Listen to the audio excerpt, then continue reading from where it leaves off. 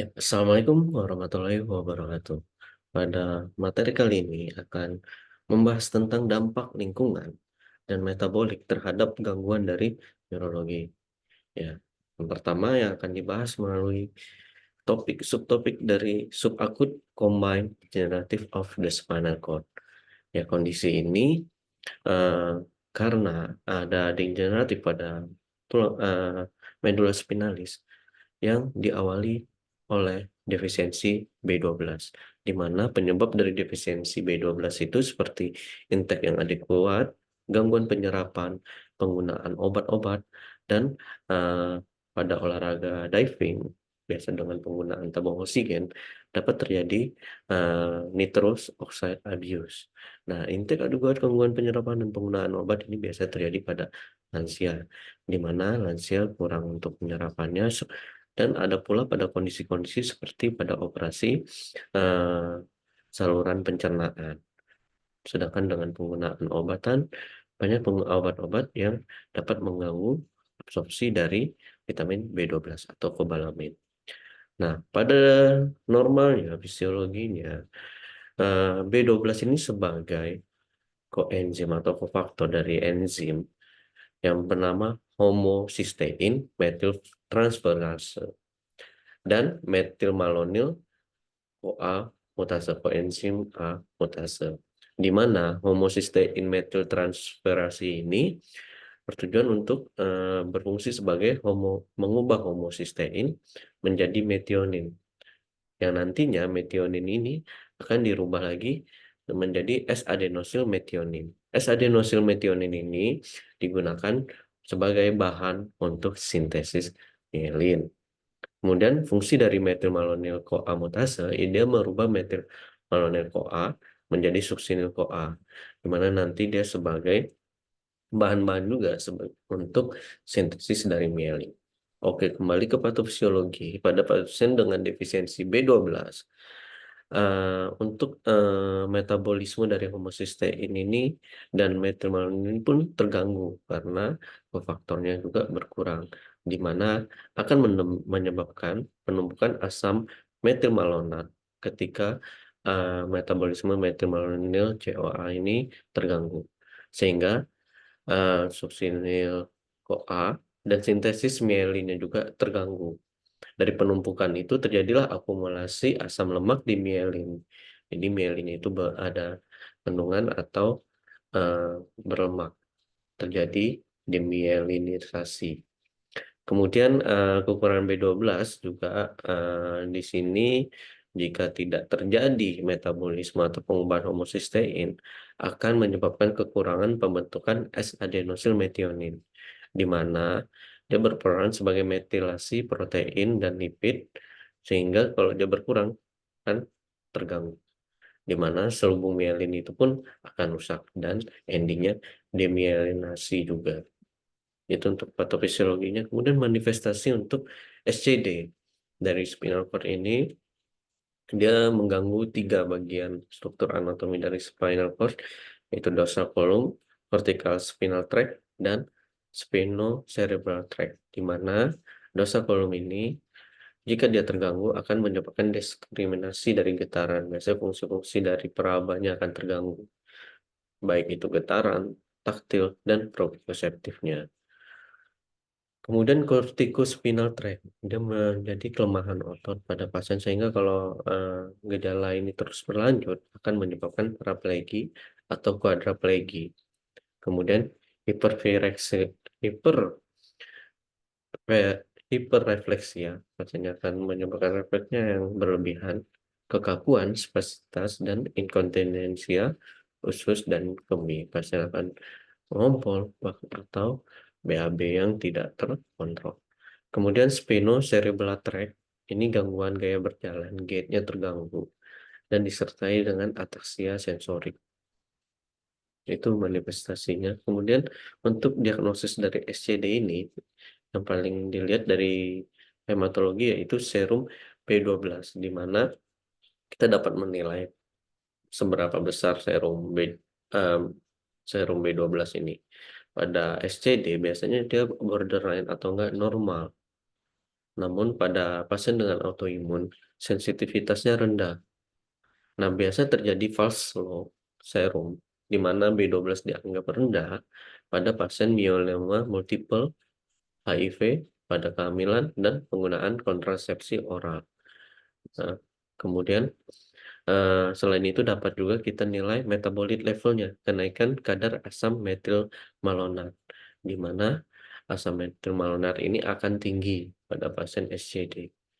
Kemudian kenaikan kadar homocysteine juga akan berpengaruh antara normal atau rendah atau tinggi meningkat karena dia tidak dapat diubah oleh enzim yang dibantu atau di koenzim atau dikatalis oleh B12. Kemudian pada pemeriksaan imaging akan tampak pada MRI spine akan normal pada 60 sampai 85 kasus SCD.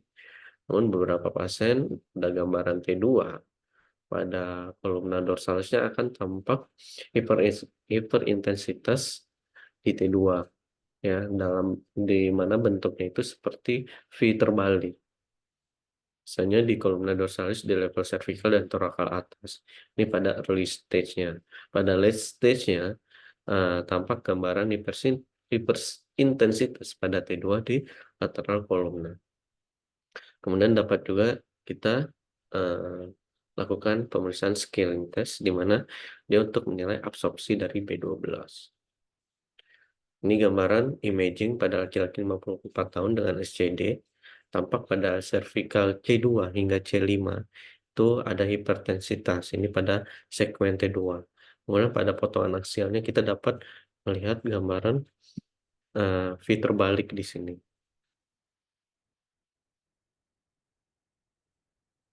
Kemudian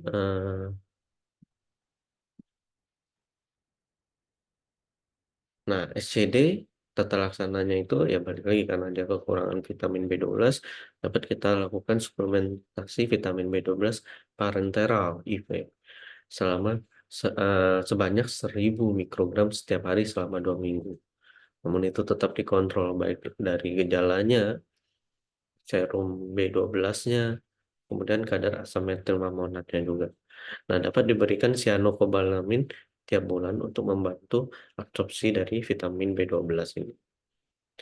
Ya, subtopik selanjutnya yaitu Central Pontine Myelolisis atau CPM, di mana pada CPM ini terjadi gangguan pembengkakan pada area pon, di mana pada pasien yang diberikan koreksi natrium yang sangat cepat. Nah, ada dua perbedaan di sini yang di mana mekanismenya hampir sama. CPM atau biasa disebut dengan osmotic demyelination dan cerebral edema. Jadi awal mula oleh gangguan elektrolit, di mana pada pasien CPM terjadi sebelumnya dilakukan rapid onset dari uh, akut hipernatriemi, di mana ini dapat dilakukan pada kondisi rapid koreksi atau koreksi cepat pada pasien kronik hiponatremia. Nah, karena dengan suplementasi natrium yang sangat cepat dan banyak, terjadi peningkatan natrium, konsentrasi natrium plasma yang sangat cepat juga, di mana akan menyebabkan gangguan pertukaran cairan di intrasel dan ekstrasel. Baik itu di ponten di intrasel, itu akan banyak masuk perpindahan cairan ke sel di area ponten, sehingga dia akan membengkak. Nah, bagaimana dengan cerebral edema?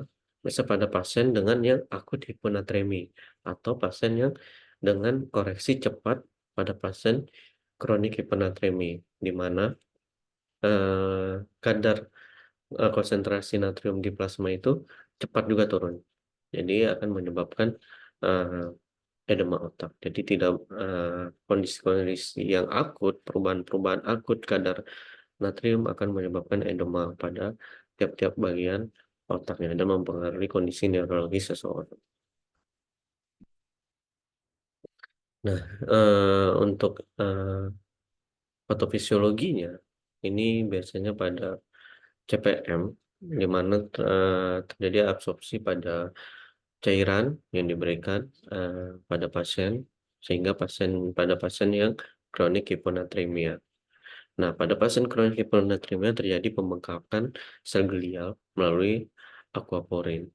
Nah, otak pun beradaptasi, di mana pada pasien kronik hiponatremia dia membuang zat-zat yang akan membuat dia terus-menerus memburuk pada kondisi selnya. Dia akan beradaptasi dan melakukan kompensasi. Kemudian pada pasien kronik ini juga, jika dilakukan koreksi cepat menggunakan hipertonik eh, salin, akan terjadi selnya itu akan dehidrasi dan kehilangan banyak dari elektrolit dan organik osmolitnya tadi, sehingga terjadi reakumulasi dari elektrolit yang diberikan cepat tadi di tingkat sel.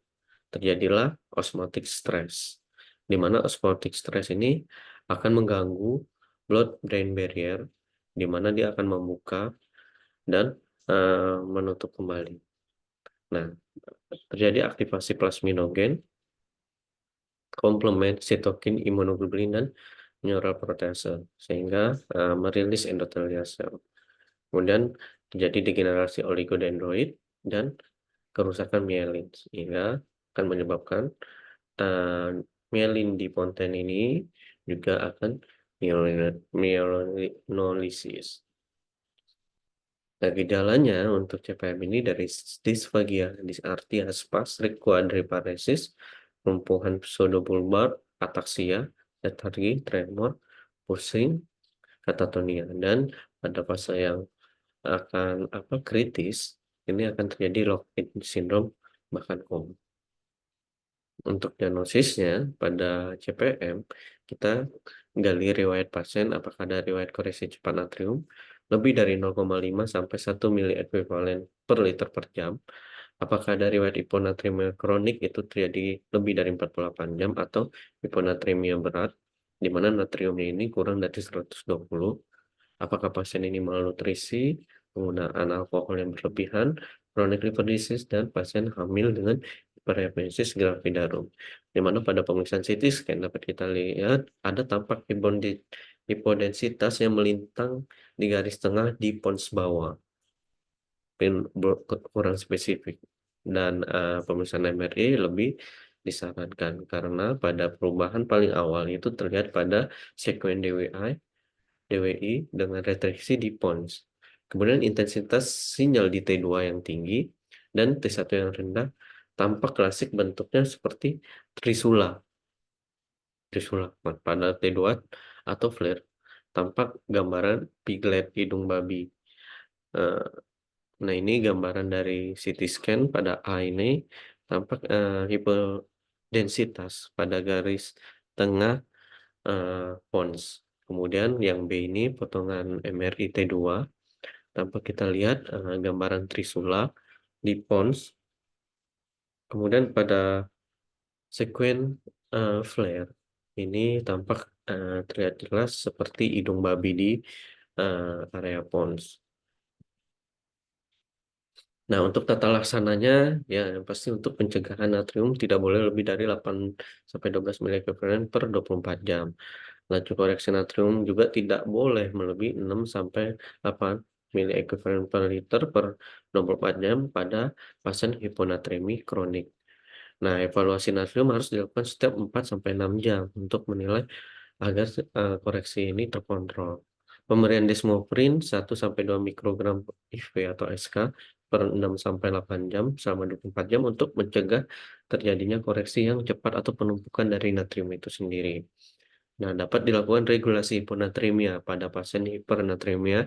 Ini pastinya disengaja dibuat hiponatremia kembali atau dikurangin secara perlahan-perlahan kadar natriumnya dengan pemberian D5 dalam air 6 ml per kilogram berat badan dapat diberikan 1 sampai 2 jam untuk menurunkan natrium serum sebesar 2 mili ekuivalen per liter. Kemudian tata laksana seperti pada ventilator support, fisioterapi dan rehabilitasi dan obat-obat anti Parkinsonism pada pasien yang kritis atau LED. Nah, studi eksperimental untuk tata laksana CPM dapat dilakukan plasmafaresis pada hiponatremia berat. Ini meningkatkan perbaikan gejala dari neurologis dari 10 hari hingga 1 tahun pasca terapi. Kemudian pemberian glukosteroid dexamethasone untuk memperbaiki permeabilitas blood-brain barrier. Namun belum banyak studi yang dilakukan pada manusia, hanya pada tikus. Ya, untuk prognosis CPM ini mortality rate-nya itu 90-100%. Sangat menyebabkan banyak sekali kematian. Namun survival rate-nya itu 94%. Penyembuhan komplit tanpa defisit itu 25-40%. Prognosis akan semakin buruk pada pasien dengan kadar natrium kurang dari 120 mg per liter. Pada pasien hipoglikemi, GCS yang rendah selama rawat inap, dan pasien transfusi autologis dengan mortality rate 63% dalam 1 tahun. Nah, komplikasi yang terjadi akibat kerusakan sistem saraf berat dan pembatasan aktivitas, ya, ketergantungan ventilator, pneumonia aspirasi, trombosis vena, emboli paru, kontraktur, muscular wasting, dan lupus decubitus, dan hingga depresi pada pasien yang benar-benar aktivitasnya terbatas karena kondisi CPM ini.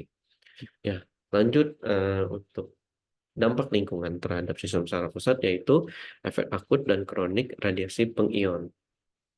Yang seperti kita tahu, radiasi itu ada banyak macamnya. Yang akan dibahas ini radiasi pengion atau ionizing, yang ada pada radiasi ultraviolet, X-ray baik dalam kedokteran untuk X-ray ronsen, gamma, sinar gamma, di mana radiasi dari pengion ini dapat merusak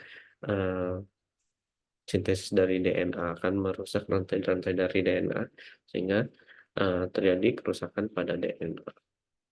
Nah, untuk efek akut dari kronik pengion, radiasi pengion ini dapat kita lihat dari timeline-nya ini, ya, di mana ketika pasien terpapar radiasi, efek akutnya dari hitungan hari, pasien akan mengalami kelelahan, mual muntah, dan bengkak pada otak disertai nyeri kepala, di mana terdapat vascular damage, terjadi kerusakan pada endotelia sehingga mengganggu vaskularisasi di otak yang menyebabkan edema pada otaknya itu sendiri.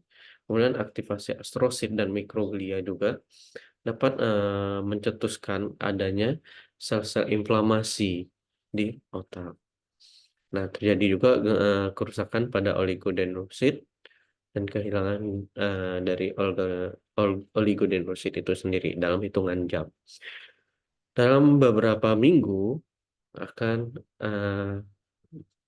terdapat gejala early delay, di mana pasiennya ini akan somnolen, di mana kondisinya ini adalah pada tingkat sel, yaitu terjadi transient demyelinisasi, dan pasien juga secara kesadarannya akan terganggu, dan daya ingatnya pun terganggu.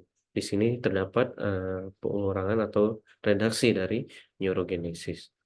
Nah, masuk ke dalam paparan setelah berbulan, terdapat perubahan plastisitas dari sinaptik dan metabolisme neuronal. Dan setelah memasuki beberapa bulan hingga tahunan, ini fase late delay, di mana terdapat vaskulopati, demyelinasi yang sangat banyak dan terjadi di mana-mana, masif. Kemudian terjadi nekrosis dari white matter dan gangguan dari kognitif itu sendiri. Nah, ini pencitraan pada pasien dengan efek kronik, efek akut, dan kronik radiasi pengion, di mana ini terjadi pada pasien dengan high grade glioma yang telah dilakukan kemoradioterapi. Ini efek kroniknya, ya. Tampak adanya edema pada gambar rantai 2, dan pada tanda yang dikasih garis panah itu tampak adanya hiperintensitas di sentral lesi, di mana lesinya itu juga intensitasnya di sekitar lesi juga sangat hiperintensitas juga, di mana ini gambaran nekrosis dari white matter ini. Nah, kembali lagi ke metabolik, di mana banyak terjadi pada pasien-pasien diabetik itu hiperosmolar hypoglycemic state atau HHS. Di sini akan membahas tentang tata laksananya. Yang paling penting itu yaitu ada 3: pemberian cairan, insulin, dan koreksi kalium. Di mana pada pasien ini dengan HHS itu dimulai dengan hidrasi status. Kita nilai dulu bagaimana status hidrasi pada pasien. Apakah pasien dengan shock hipovolemik, kita dapat memberikan normal salin 1 liter per jam atau plasma expander.